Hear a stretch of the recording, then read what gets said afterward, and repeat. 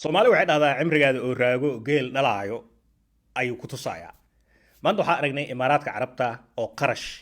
iyo juhdi iyo dadaal iyo wax walbaba ku bixinayo in Sacuudiga oo dal kale oo Muslim ah.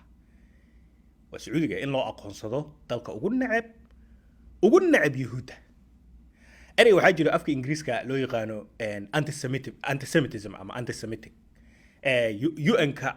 iyo hay-adaha xuquuqda aadanaha iyo haddii qofka lagu arko ama lagu helo caddeyn inay Yuhuud neceb tahay firiya cunqabteena lagu saarayaa bangiyada laga xanibayaa adiga culeysyo badanaa la saarayaa marka Imaaraadka asagoo og arrinkaas uu rabay in Sacuudiga lagu shaabadeeyo inuu yahay dalka ugu weyn ee neceb Yuhuudda maadaama labadan dal waa Imaaraadka iyo Sacuudiga dagaal culus uu ka dhaxeeyay maalmahan oo dhan sida ujeedaan marka jariirada Middle East ay waxay qortay Imaaraadka Carabta ayaa wuxuu xiriir la sameeyay koox Yuhuud ah haddana Mareykan ah oo fadhigoodu uu yahay Washington waa Mareykan laakiin diintooda waa Yuhuud kooxdaas waa lobbyist waa koox abaabulan oo u ololeyso adiga lacag siinaysa way ku ololeynayaan dantaada wax adiga aad rabto dantaaday kaaga dhex fulinayaan siyaasiyiinta Mareykanka tusaalahan waxay xiriir la leeyihiin Trump waxay xiriir la leeyihiin kuwan Congress-ka iyo leeyihiin marka qarash lacagada siisid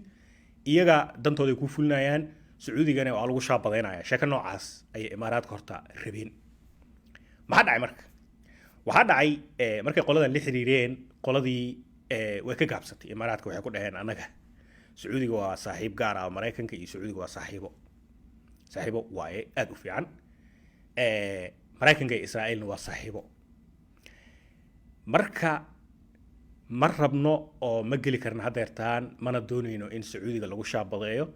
barnaamijkan naceebka Yuhuudda inuu kaalinta koowaad ka yahay ayaa lagu yiri Imaaraadkii kawiisu iska qaatay iska baxay sheekadan dhan marka hadda soo qaraxday oo banaanka timid marka arrinka yaab kala waxay tahay kulay Imaaraad waa la soconaa waa dal muslim Sacuudigana waa la soconaa marka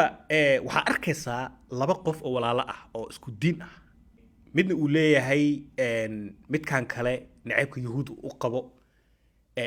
yaa ku shabadeeyo naceeb Yuhuudi sheeka noocaas oo kale marka waxa muuqato in Imaaraadka Carabta uu god ku sii dhacay maalin ka dambayso dhiiqo un faraha uu la sii galaayo meel xun sheekada ay ka marayso sheekadan baad soo ifbaxday allay lee cidaas wax kale u qarsan ayaa ka daran